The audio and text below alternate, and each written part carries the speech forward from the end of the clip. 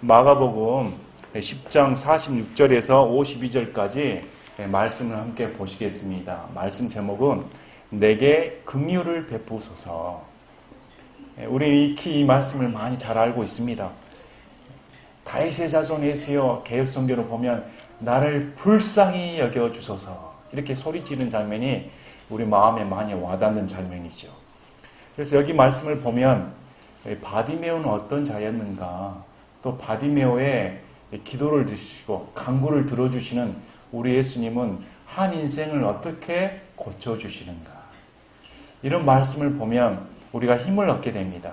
내가 의지하는 예수님은 어떤 분이신가, 또 나에게 바디메오 같은 요소가 있지 않은가, 나는 어떤 점에서 눈이 멀었는가, 과연 나는 이렇게 눈이 건강하다고 자부하고 있는데 과연 내 시력은 예수님을 똑바로 보고 있는가, 과연 나는 예수님을 정말 성경에서 제시한 대로 예수님을 바로 믿고 따라가고 있는가, 이런 점에서 한번 같이 말씀을 보시고자 합니다. 그래서 오늘은 부활절이라 해서 다른 교회에서는 흰 옷을 입는다든지 달걀을 상징적으로 해서 나눠서 먹는다든지 이렇게 합니다. 그런데 우리가 과거에 교회 생활을 많이 해보신 분도 계시겠지만 과연 흰 옷을 입든지 달걀을 많이 먹든지 간에 상관없이 그 마음 가운데 예수 그리스도가 진정한 부활의 주님이신가, 이렇게 마음으로 믿은 분이 과연 몇이나 있을까요? 과연 자신의 마음 가운데 이 세상이 전부가 아니고 우리 주님이 오시면 이 세상과 상관없이 결별하고 우리 주님과 함께 낚아채어 올라가 휴거되어서 주님과 영원한 삶을 살게 되겠다는 그 소망이 몇 명이나 절실하게 다가왔을까요? 그래서 본문 말씀을 통해 우리가 제대로 예수님을 바라보자, 제대로 나의 막혔던 눈이 열려서 나의 눈을 고쳐주시고 나의 가난한 마음, 나의 헐벗은 마음, 나의 죄된 본성을 다 들춰내신 그분 앞에 나아가 나를 불쌍히 여겨 주십시오, 내게 긍휼을 베푸소서, 이렇게 간구하는 저와 여러분이 되기를 원합니다. 그래서 오늘 말씀을 함께 보시겠습니다. 46절에 보니까 그들이 여리고에 이르니라. 그들은 예수님과 제자들입니다. 그분께서 자기 제자들과 많은 수의 사람들과 함께 여리고에서 나가실 때 우리 예수님이 여리고에 들리셨는데, 이 여리고는 종려나무가 많아서 종려나무의 성이다 이렇게 불리운다고 합니다. 향기가 많이 나서 향기로운 성이다. 우리가 아는 것처럼 구약에 가나안 정복을 할 때 제일 처음 통과할 관문이었죠. 또 여리고 하면 누구 이름이 생각이 납니까? 삭개오. 여리고 하면 삭개오의 돌 감람나무입니까? 이렇게 우리 돌 무화과나무, 개혁성경은 뽕나무로 번역을 했는데 돌 무화과나무에 올라간 삭개오의 장면이 생각이 납니다. 또 이제 여리고 하면 우리가 아는 것처럼 여기에 바디메오라는 인물이 등장을 합니다. 마태복음 20장에 보면 두 사람의 눈먼 사람이 나오는데 그 중에 한 명의 이름이 바디메오입니다. 보니까 디메오의 아들인 눈먼 사람 바디메오가 큰 길가에 앉아 구걸하다가, 이 바디메오는 바가 아들이라는 뜻이기 때문에 디모의 집안에 아빠 이름이 디모인 아들인 바디메오가 큰 길가에 앉아 구걸하고 있었다는 겁니다. 우리 어렸을 때는 예전에 이런 장면을 많이 볼 수 있었습니다. 아마 지금도 서울 지하철역이나 저녁 늦게 가면 앉아서 구걸하시는 분을 보게 될 겁니다. 근데 안진뱅이라면 차라리 눈이 있으니까, 귀가 들리니까, 세상을 볼 수 있으니까 그나마 마음이 괜찮겠죠. 그러나 시력을 잃어버리면 장애 판정도 최급수를 받습니다. 여러분이 한번 눈을 감고 여기서 1층까지 내려가 본다고 생각해 보십시오. 당장 아마 제대로 내려가기 힘드실 겁니다. 근데 이 사람이 눈이 멀어서 자신의 힘으로는 할 수가 없습니다. 뭘 할 수가 없죠. 남들이 와서 돈을 주든지 입혀주든지 생활을 보태줘야 생활의 자력이 되는 것이지 혼자 힘으로는 할 수가 없습니다. 지금같이 복지시설이 잘 돼서 간병인이 도와준다든지 이러면 어떻게 살아갈 수가 있었겠죠. 하지만 그 시대에는 눈이 멀었다, 병이 걸렸다 하면 저 인생은 하나님께 저주받은 인생이지 않을까? 이렇게 지탄받는 인생이었습니다. 그래서 그날도 바디메오는 어느 날처럼 길가도 큰 길가에 가야 사람들이 많이 왔다 갔다 할 테니까 거기서 구걸하면 사람들이 자신을 도와주겠지. 그래서 앉아서 구걸하고 있었을 겁니다. 그래서 그분이 나사렛 예수님이시란 말을 듣고 소리를 지르기 시작하며 이렇게 구걸하고 있었는데 예수님을 비롯한 큰 무리가 지나가는 걸 들었다는 것이죠.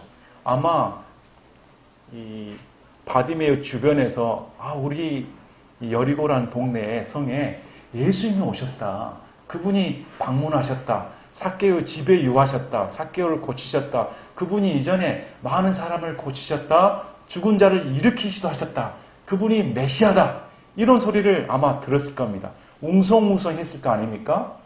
이 바디메오는 본문 내용을 보면 이전부터 예수님에 대한 소문을 들었다는 겁니다. 예루살렘과 또한 갈릴리에서 일어났던 우리 예수님의 기적이 온 유대에 퍼지기 시작한 것이죠. 그래서 이 바디메오 마음에 예수님이라는 소리를 듣고 귀가 펑 열린 겁니다. 예수님이 지나가신다. 그래서 유대인들은 시력을 잃는 것보다 청력을 잃는 자가 더 저주받은 인생이다. 이렇게 생각을 합니다.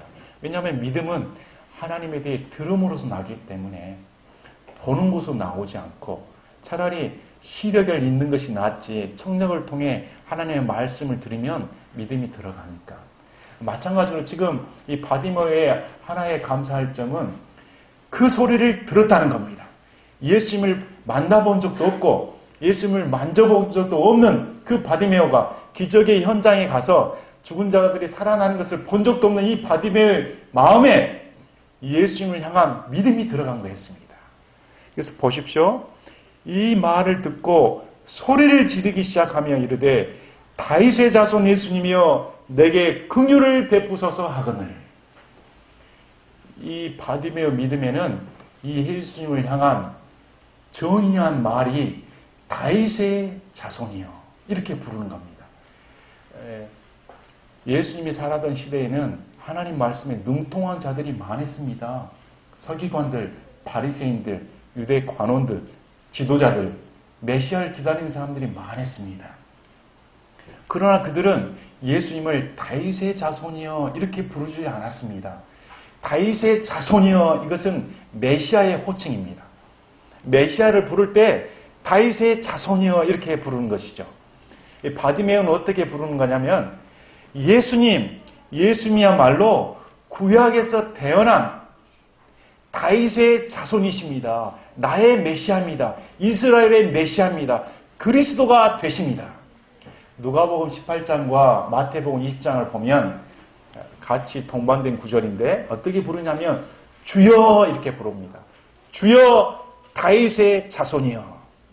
이 바디메오는 예수님이 하나님이십니다. 이렇게 부르는 겁니다. 소경이었는데 자신의 형편을 보면 여러분 같으면 만약에 내가 내일 가서 당장 시력을 잃어버리면 아마 저 같으면 그럴지 모르겠습니다. 하나님에 대한 원망과 하나님께 대한 불신이 먼저 싹 밀려올 겁니다. 어떻게 내 인생에 이런 일이 벌어질 수가 있는가? 많고 많은 질환 중에 어떻게 시력을 잃어버릴 수가 있는가? 너무 끔찍한 일이 벌어진 것이죠. 모든 믿음이고 뭐고 다 떨어져 버릴 겁니다. 그런데 바디메오는 그렇지 않습니다. 자신의 신세를 한탄하지 않습니다.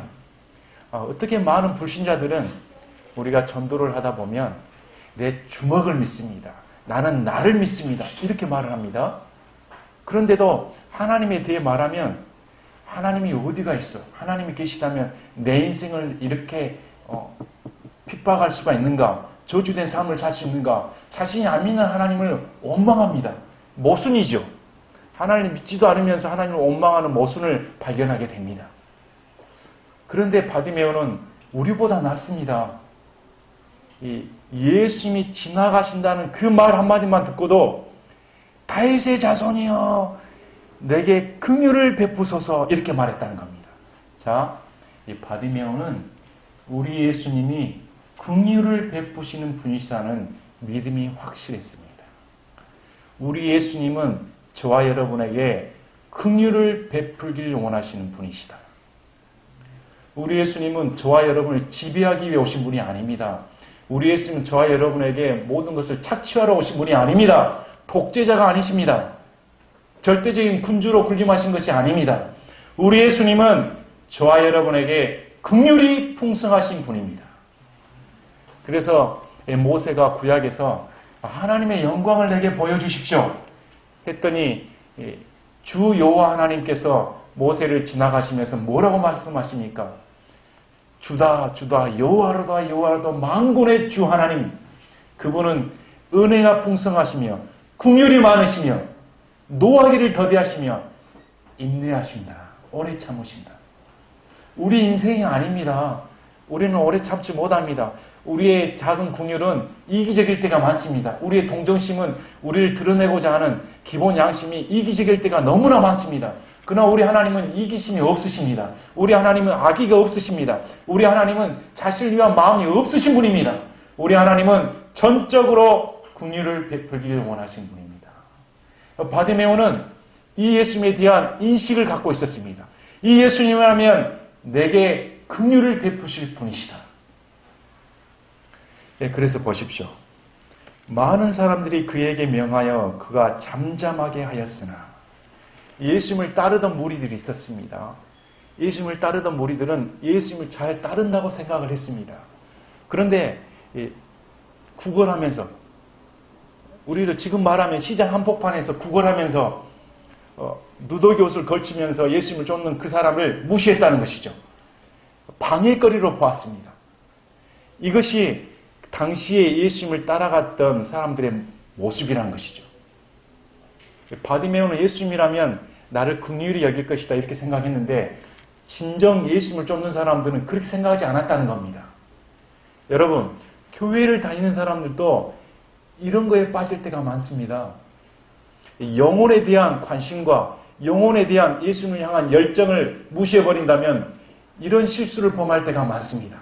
만약에 많은 사람들 중에, 제자들 중에서라도 한 사람이라도 예수님 멈추십시오, 지금 저 눈먼 자가 예수님을 간절히 애타게 찾고 있습니다, 예수님 만나 주십시오, 이렇게 한마디로 했으면 좋을 텐데 어떻게 나옵니까?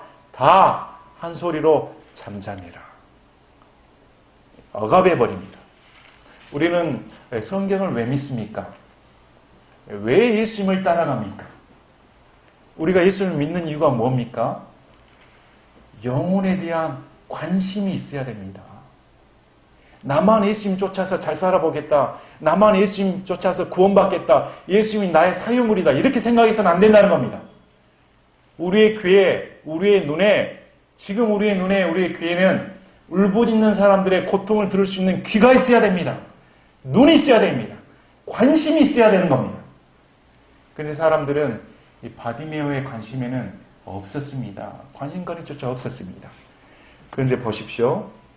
이 바디메오가 다윗의 자손 예수님이여 내게 긍휼을 베푸소서 더욱 크게 소리를 질렀습니다.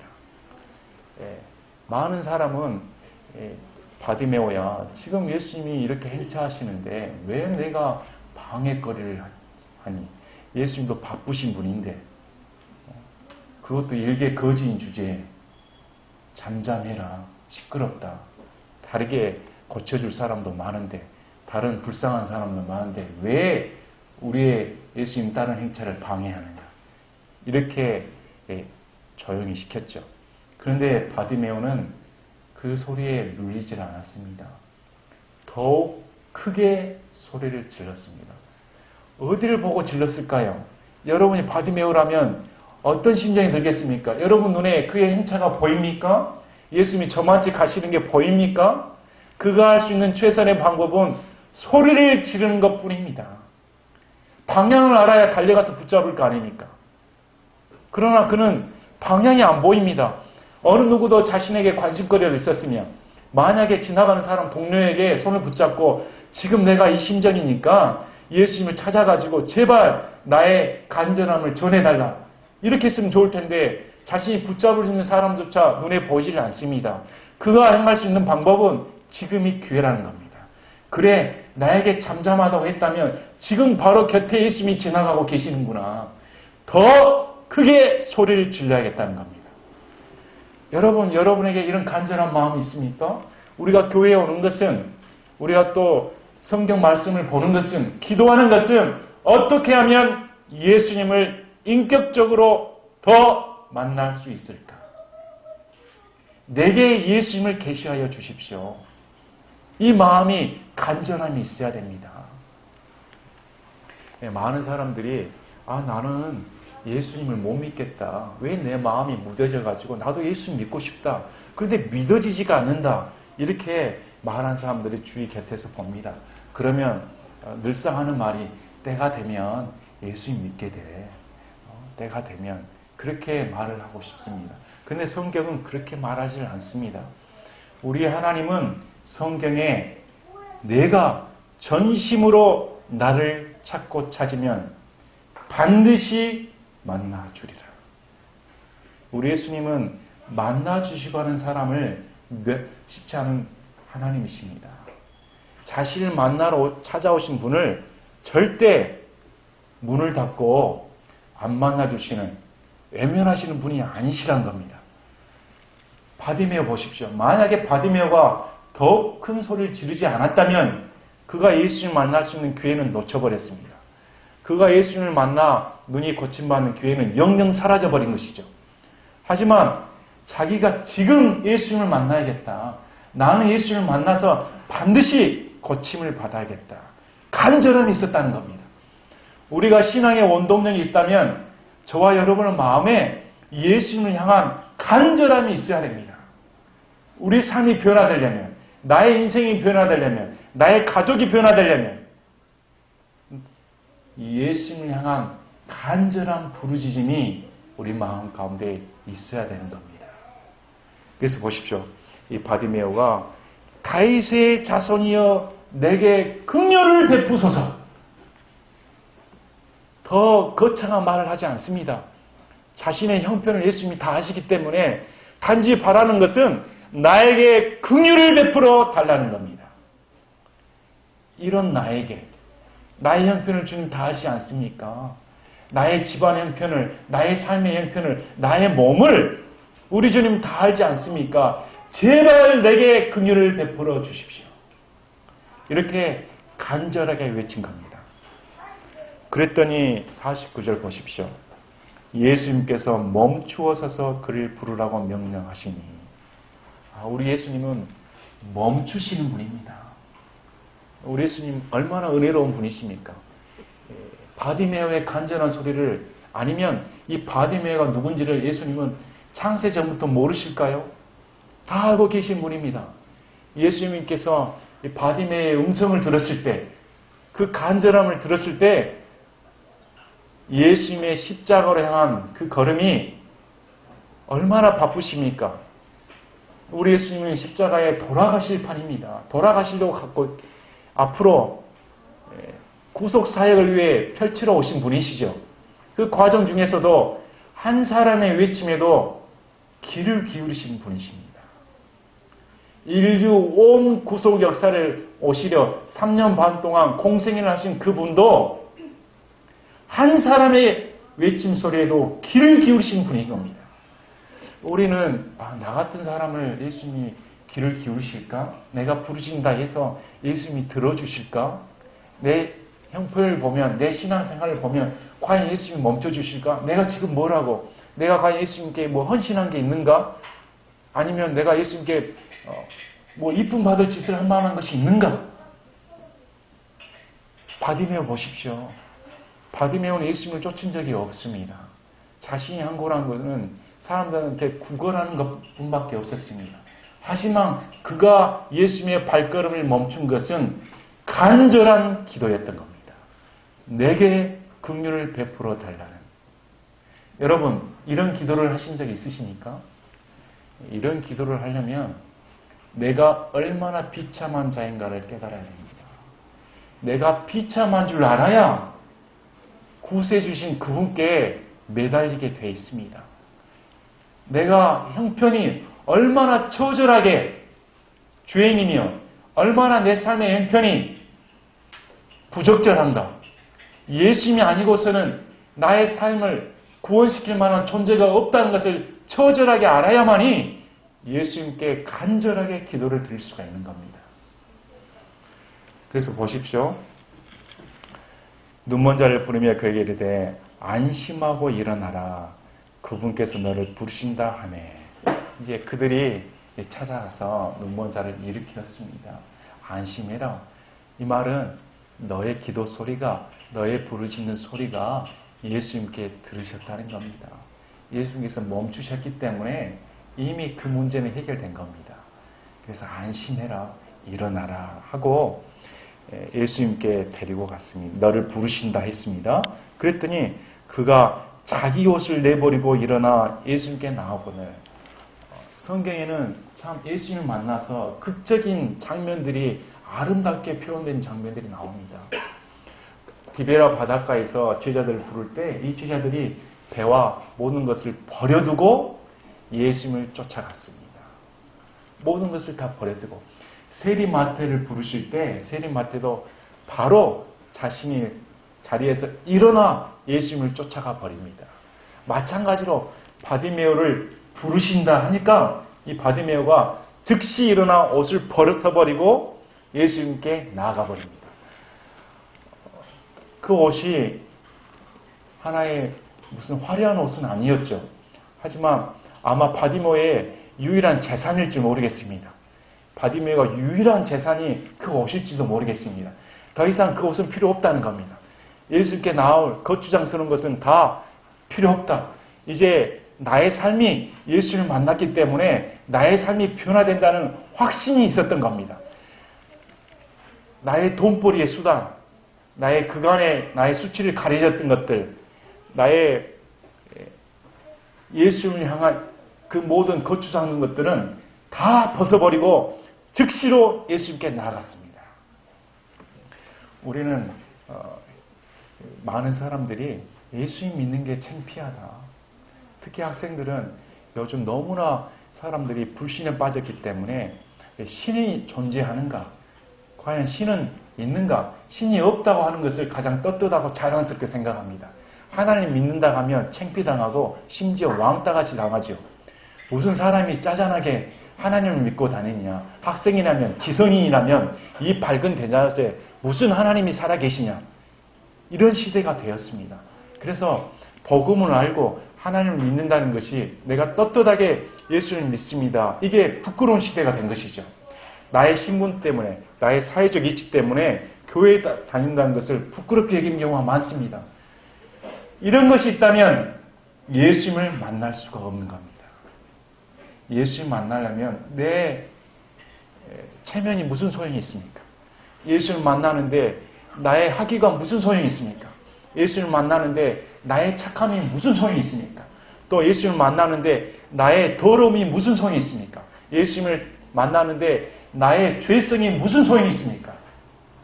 죄가 많든 적든 나의 학위가 높든 낮든 나의 미모가 빼어나든 추하든 나의 영적인 육적인 장애가 있든 없든 간에 예수님께 나가는 방해거리가 있다면 과감히 떨쳐버려야 됩니다. 마음의 장벽을 무너버리고 예수님께 나가야 됩니다. 그랬더니 보십시오. 예수님께서 그에게 응답하여 주시되 내가 네게 무엇을 해주기 원하느냐. 우리 예수님은 바디메오의 절박한 사정을 다 아십니다. 우리 예수님은 저와 여러분의 마음의 소원을 다 알고 계십니다. 그러시면서 예수님이 물어보시는 것이죠. 진정 내가 나에게 원하는 것이 무엇이냐. 그랬더니 그 눈먼 사람이 그분께 이르되 주여 내가 시력을 받게 해 주옵소서. 마태복음의 20장에 보면 우리의 눈을 열어 주옵소서 이렇게 말을 합니다. 닫혀졌던 나의 눈이, 감겨졌던 나의 눈이 예수님을 만나 눈이 열리길 원합니다. 우리 예수님께 이렇게 말씀을 하는 거죠. 그랬더니 주여 내가 시력을 받게 해주옵소서 하며 예수님께서 그에게 이르시되 내 길로 가라 내 믿음이 너를 온전하게 하였느니라 하시니 그가 즉시 시력을 받고 길에서 예수님을 따르니라. 바디메오는 마태복음 20장 9절에 보면 예수님께서 그들의 눈에 손을 대시고 시력을 회복시켜 주신 장면이 나옵니다. 이렇게 말씀하시면서 내 믿음이 너를 온전하게 하였다. 바디메오에게는 믿음이 있었습니다. 그 믿음은 다윗의 자손 예수야. 예수님은 나의 그리스도시냐 하는 믿음이 있었다는 겁니다. 여기 믿음은 내 믿음입니다. 바디메오의 믿음입니다. 그래서 성경에서는 혈루증 12회 동안 혈루증을 앓은 여인에게도 똑같은 말씀을 합니다. 내 믿음이 너를 온전하게 하였다. 그래서 믿음에는 성경에 적어도 3가지 이상입니다. 우리가 말씀을 들음으로 믿음이 내게 온다. 그래서 우리가 예수 그리스도의 믿음으로 구원을 받았다 합니다. 이건 내 믿음이 아니죠. 예수 그리스도의 믿음이 들어와서 구원을 받는 것이죠. 또 하나의 믿음은 바로 저와 여러분에게 믿음이 있냐 없냐는 겁니다. 여기서 보면 이 믿음은 바디메오의 믿음입니다. 예수님께 나아가고자 했던 믿음, 예수님을 주님으로 영접한 믿음이죠. 또 하나의 믿음은 성령의 선물로서의 믿음이 있습니다. 그래서 과연 저와 여러분은 예수님을 향한 믿음을 갖고 계시는가? 예수님을 열망하고자 하는 믿음. 그래서 예수님께서 칭찬해 주신 것이죠. 내 믿음이 너를 온전하게 하였다. 우리 이걸 통해서 보면 바디메오의 믿음을 통해 많이 우리가 알아야 할 게 있습니다. 바디메오는 자신의 형편을 보지를 않았습니다. 나 같은 자를 우리 예수님이라면 귀족들을 만나실 판인데 나 같은 이 누더기 인생을 과연 만나기 위해서 발걸음을 멈추실까? 내가 소리 지른들 그 위대하신 하나님이 나 같은 사람을 위해 기도 응답을 해주실까?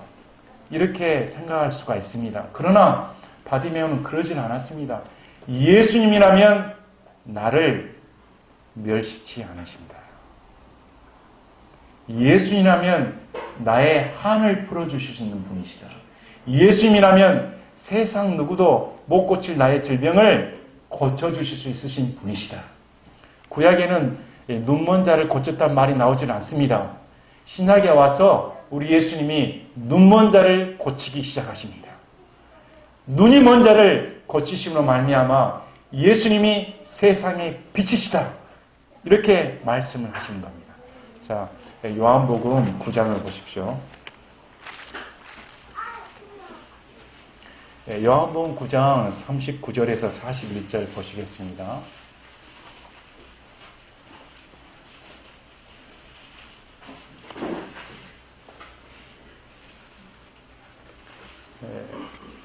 예수님께서 이르시되 내가 심판하려고 이 세상에 왔으니 이것은 보지 못하는 자들은 보게 하고 보는 자들은 눈물게 하려 함이라 하시며 그분과 함께 있던 바리새인들 중에 어떤 자들이 이 말씀을 듣고 그분께 이르되 우리도 눈멀었느냐 하니 예수님께서 그들에게 이르시되 너희가 눈멀었다면 너희에게 죄가 없으려니와 지금 너희가 우리는 본다 하고 말함으로 너희 죄가 남아있느니라. 이 말씀은 우리 예수님께서 태어날 때부터 눈먼 자를 고치신 후에 바리새인들에게 하신 말씀입니다. 바리새인들은 우리는 지금 눈을 뜨고 이 세상을 바라보고 있는데 우리는 눈먼 자가 아니다. 우리는 보고 있다.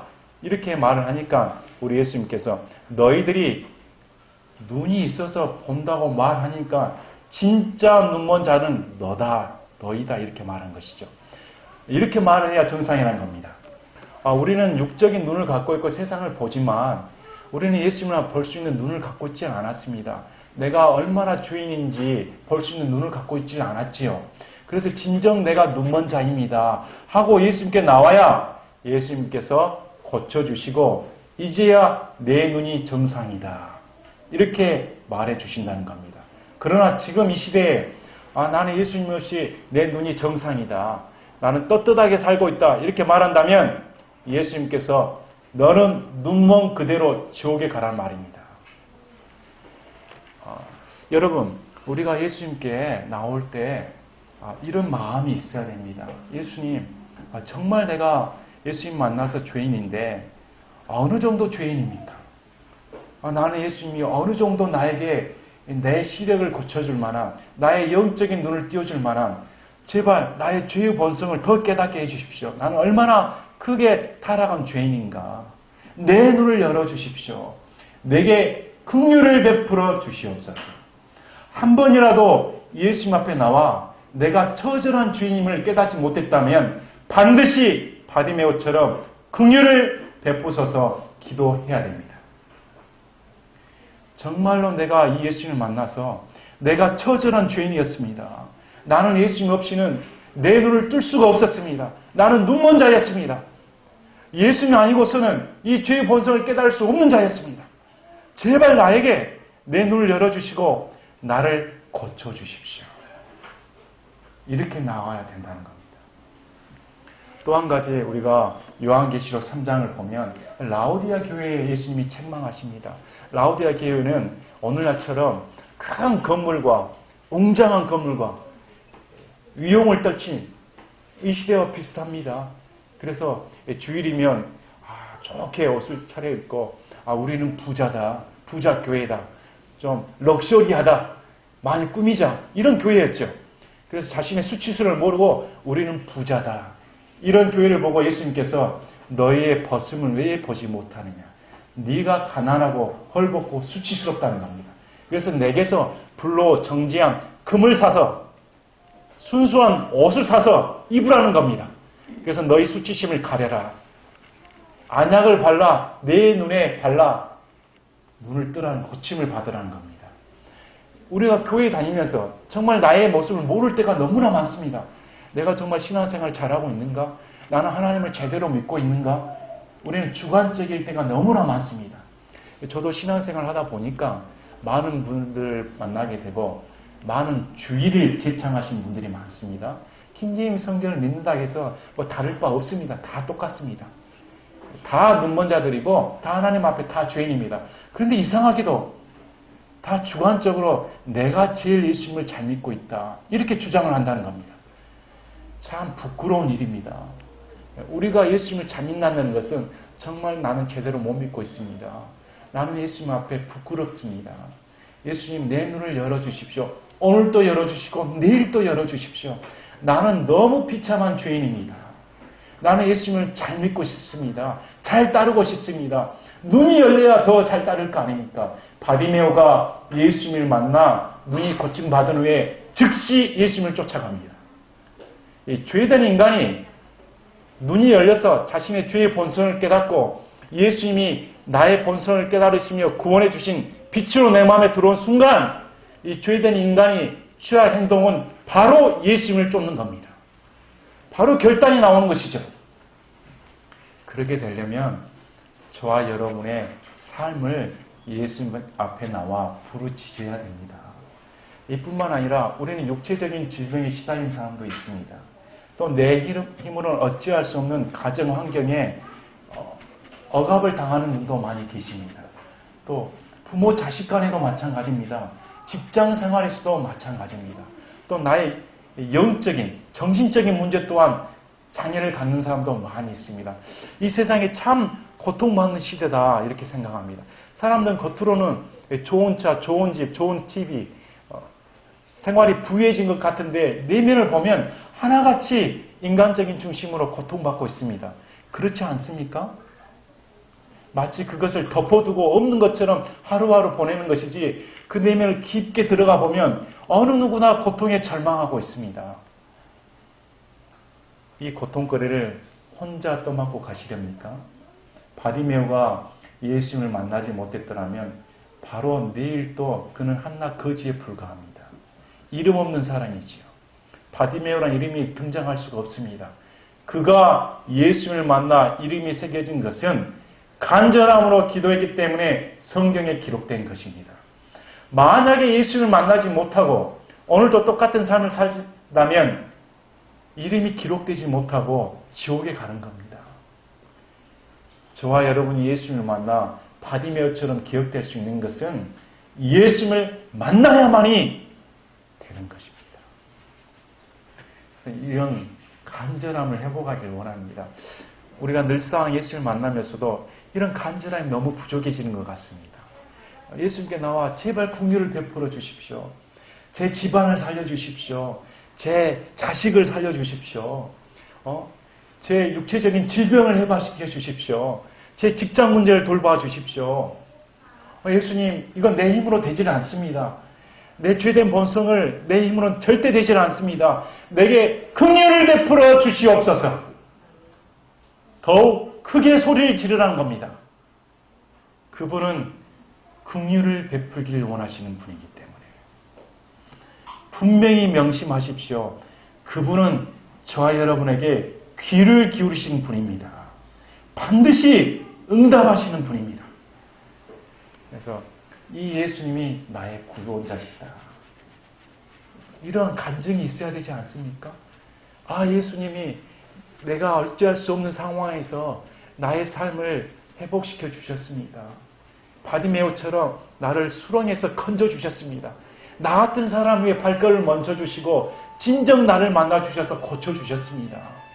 이제 내 삶은 이전과 같을 수가 없습니다. 이제 나의 삶은 예수님을 향해 쫓겠습니다.